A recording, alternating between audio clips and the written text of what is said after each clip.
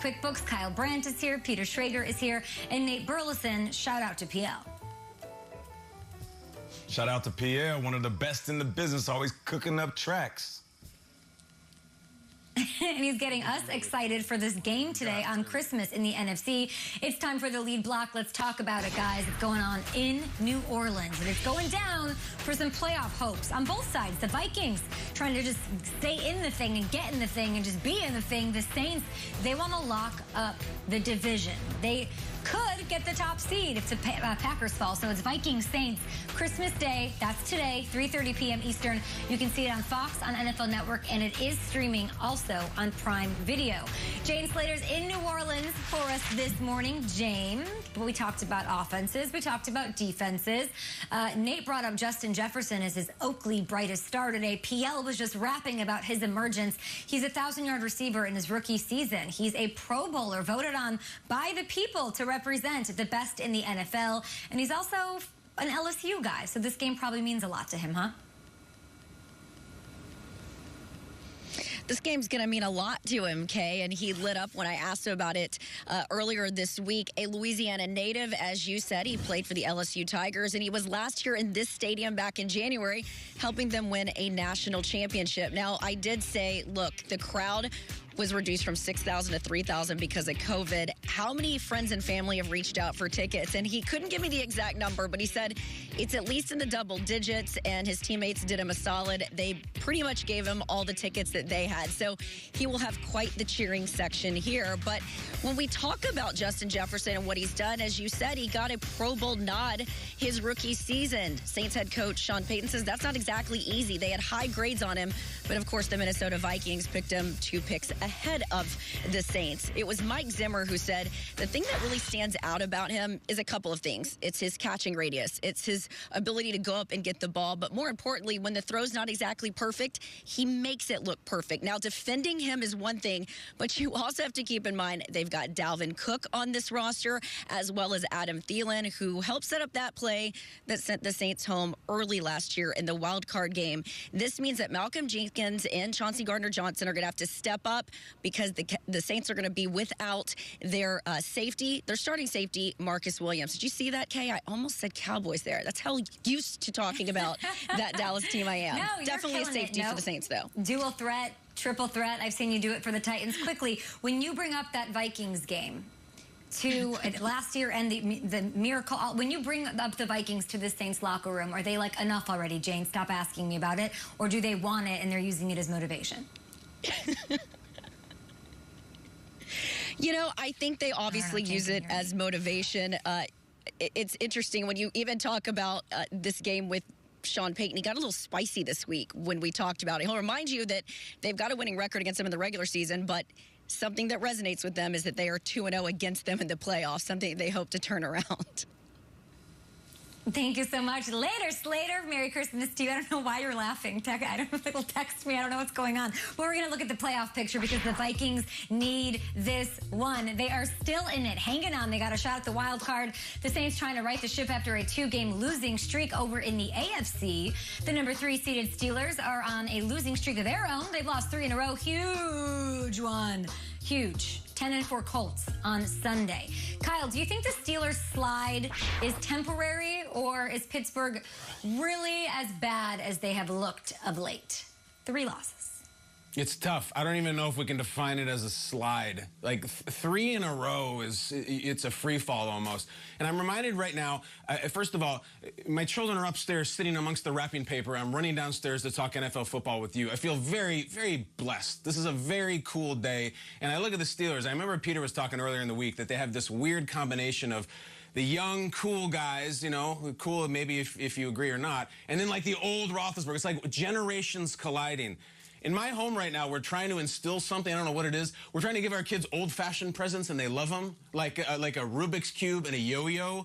My children are crazy about slide whistles. They can't get enough slide whistles. Santa brought slide whistles in the stockings today, and I feel like you mentioned slide. Here is my impression, and I'm going to perform live on national television. This is the Steelers' season over the last 3 weeks. There we go. Now, Kay, you're asking, can they go... I don't see it happening. Yeah. I think they used this in a Cars song back away about 30 years ago. I don't see it happening. If you were to power rank the Steelers right now, power rank every team in the league, just based on the last month, are the Pittsburgh Steelers, who are 11, are they like 20th? Are they 16th? Are they 25th? It's really bad. And I just don't see the intensity. I don't see the passion. And I don't see anybody who's going to say, oh, yeah, they can get it right again. And this is the Colts? The Colts are bad dudes. And the last thing I'll say is these guys on defense for the Steelers, it's just not going to be about drop passes and TikTok dances. The Colts want to punch you in the face from the first snap to the last. So the guys on D, the steel curtain, allegedly, you know what's coming. Be tough. Merry Christmas. Do something about it. Before I position myself as the Grinch that stole Pittsburgh, let me first remove a Rivals hat. I'm going to get the Titans hat off. Kyle, you're incredible. Okay. I love all three of you. Kyle, Slide Whistle on Christmas morning is our show. I appreciate it. Fantastic. How about Jane Slater sitting in an empty Build them up, Peter. Christmas morning doing work for us? Fantastic. But now, let me bury the Steelers here for you on this beautiful Christmas morning. I hate doing this, hate being the Grinch, but here it is. There's a chance they are what they are. Like, there's a chance this is what they are, and that is just what it is. Like, there is a history of teams that come out hot out of the gates, and then the season just gets away from them, and then we never talk about them again. Let's look at just three notable ones from this century alone. I mean, you go from there was a 2008 Kerry Collins-led Titans team that went 10-0, and they lost in the divisional round. The Ravens beat them. Joe Flacco went into there and beat them, and that was that. We never talk about that team. 2013 Chiefs, 9-0. Guess what? 2-5, lost in the wild card round. We never talk about them. Guys, very recently, the Bengals started 8-0. Guess what? 4-4. Like, it happens. It's okay. I don't see it. I don't miraculously see this team pulling it all together. It's not just because of TikTok dancing. It's because they've lost a ton of games. Their offensive line looks suddenly very old. Their quarterback doesn't look like he's comfortable in the pocket. There's no run game. The defense is riddled with injuries. And the schedule's really hard to finish the season. They've got both the Colts and the Browns, week 15 and week 67. So yes, they might still make the playoffs.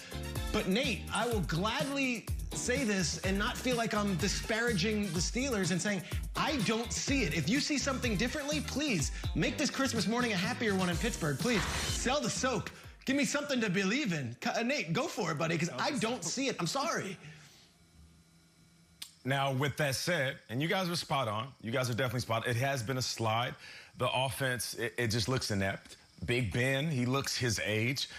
He doesn't want to get outside the pocket. The wide receivers have been inconsistent, dropping balls, making plays every so often, like a roller coaster ride. But with all of that, they beat the Colts. It quiets the criticism. And they can, because all of these things that we're talking about can be fixed. Can receivers run routes and catch balls? Yeah, of course. You can fix that overnight. You spend an extra hour at practice, your confidence will go sky high. Can you fix the offense and say, okay, Big Ben, listen, you're not going to nickel and dime your way down the field because teams are starting to figure out that you want to get the ball out of your hands sooner than later. So they're actually dropping into your windows and getting their hands up and batting all your balls down. We're going to have to open up the offense a little bit and go downfield earlier in the game instead of waiting to the third or fourth quarter. Can you fix that? Yes. Can you get your morale back, that swag back? Yeah. I mean, we forget that this team did what? They went 13 weeks in a row because of them moving their schedules around. All right, so now forget about the winning streak. They just lost to Ryan Finley. The season that was. Forget about all of that. Okay, that's perfectly fine. But if they beat the Colts, we all shut up.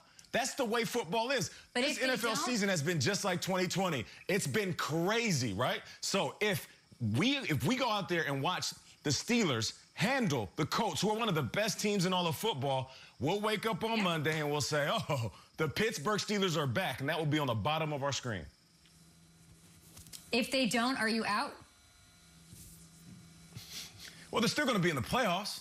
Like, I'm not going to count on a team that's making the playoffs. I know how hard it is to get into the playoffs. Could lose they could lose the next two games. Let's just forget about them. Okay. Yeah, I do think you have in the tournament. That's like all. James Conner, I've talked about it 100%. I think that they weren't as good as their 11-0 record made them look. But now I think like the pendulum has completely swung. I don't think they're as bad as they look right now, and people are saying that they look. They can get James Conner back. James Conner is practicing. They need to run the ball. It's how they've won championships. They've said it a lot. And the defense, since losing Devin Bush and Bud Dupree, They're not as good, obviously, but they're still good. So I give them a shot against the Colts. But if they lose against the Colts, I don't know how you could be in, Nate. But like you said, get in the dance. Maybe there's a Christmas miracle.